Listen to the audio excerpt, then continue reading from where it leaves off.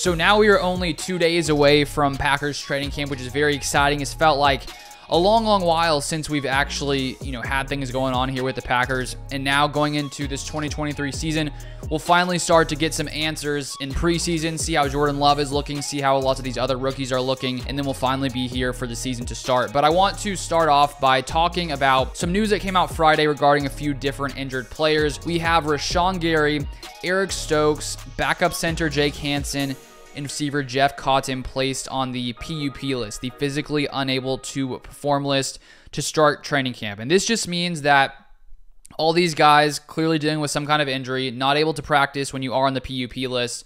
But when you are on the PUP list during training camp, you are able to be activated from that list at any time. That is different when we get to the season actually starting. And if you're on the PUP list, when the season starts, you have to at least miss the first 4 games. And so if we look at Rashan Gary, we look at his ACL injury he suffered last November against the Detroit Lions. No doubt that the Packers defense took a massive hit losing Rashan Gary. They were one of the best when it came to pressure percentage before his injury. After his injury, they were one of the worst. So there's no doubt that Rashan Gary's presence on this Joe Barry defense is one of the most important things when it comes to the Packers having success in 2023. And right now, we just don't know too much about exactly when Rashan Gary is to be expected back, when he's going to be fully ready. Clearly, right now, he is not fully ready. In early August, it'll be about 9 months since Rashan Gary suffered his initial injury. And lots of times with ACL injuries in the NFL, we see somewhere between 9 to 12 months for full recovery. And so it would have been shocking, I think, if Gary wasn't placed on the PUP list to start training camp. And so I don't think there's really needs to be extra concern right now. I would say if he starts off the year on the PUP list, that would be slightly concerning.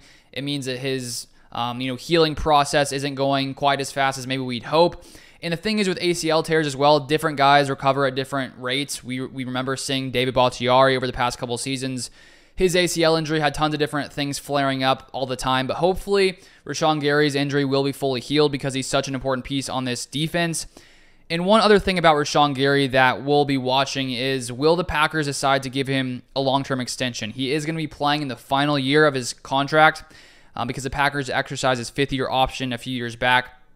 So he's playing the 2023 season on the 5th-year option, which is around $10 or $11 million in 2023. And so the Packers have to make the decision. Do they want to give him a long-term extension? I think that if healthy, there is no doubt the Packers want to keep Gary around for years and years in Green Bay.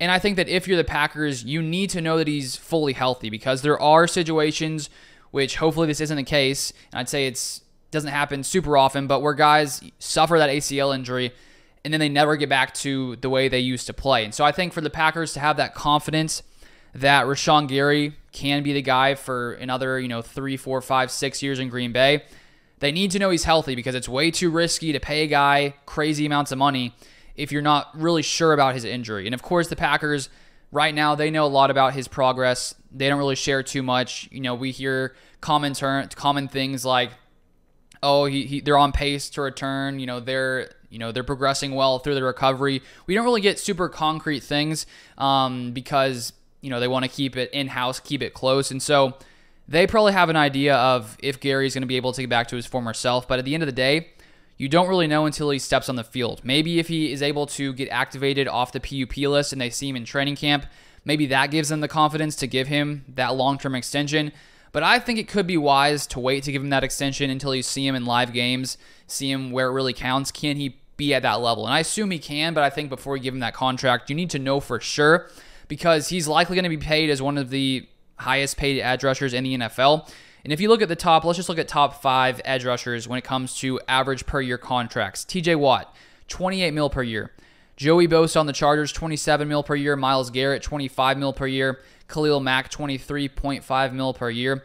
So Gary will likely be paid in the $23 to $28 million range, because he has produced as a top edge rusher when he's been healthy. If you look at his past 2 years before his injury, he was 2nd in pass rushing productivity, 4th in pass rush win rate.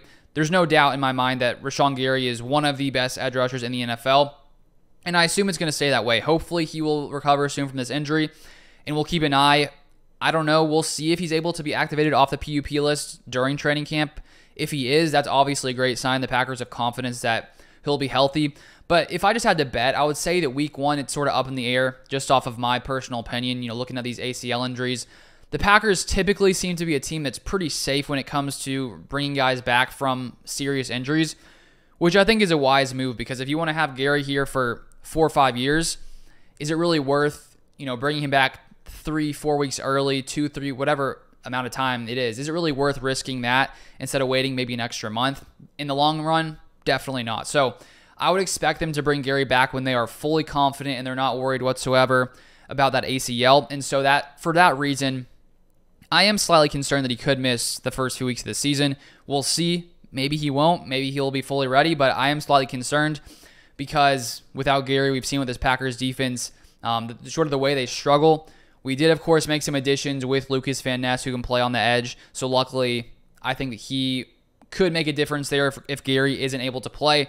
But losing a guy of Gary's caliber, not great. So hopefully Gary will be back fully healthy. And then looking now at Eric Stokes. So he suffered that knee and foot injury versus Detroit in early November. Liz Frank injury required a plate and 2 screws. He couldn't walk for a while. So it was a very serious injury for Eric Stokes in his second year with the Green Bay Packers. And he still is recovering as well. Also on the PUP list, as I already mentioned.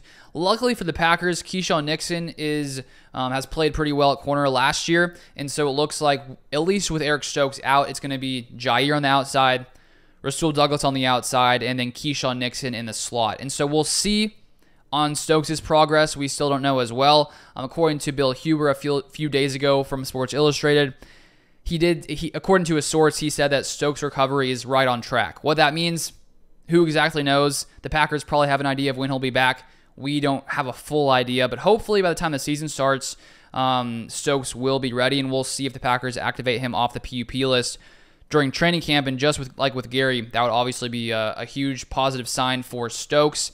And also, too, when you look at Stokes in his rookie season a couple of years back to year 2 before his injury, it was sort of night and day difference. Year 1, he was playing as a legit, cornerback, definitely one of the best rookie cornerbacks.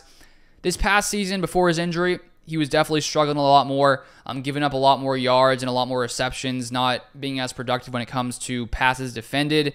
So hopefully he can take that jump in year 3 if he's fully healthy. Hopefully he can sort of play as his former self as he did in year 1 with the Packers. And then if he's able to do that, then the question becomes, okay, how are the Packers going to move around their corners? They'll probably keep Jair outside.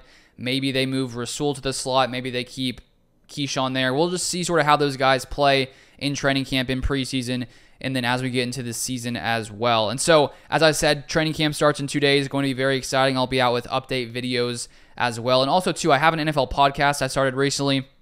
You can check that out in the description down below in the comment section. Also, it's on Apple Podcasts, Spotify. It's called the Sideline Scoop Podcast. You can find it if you search there. But feel free to stay tuned over there. I'm covering the NFL a lot, different things as well. But thank you guys so much for watching, and I'll see you guys next time.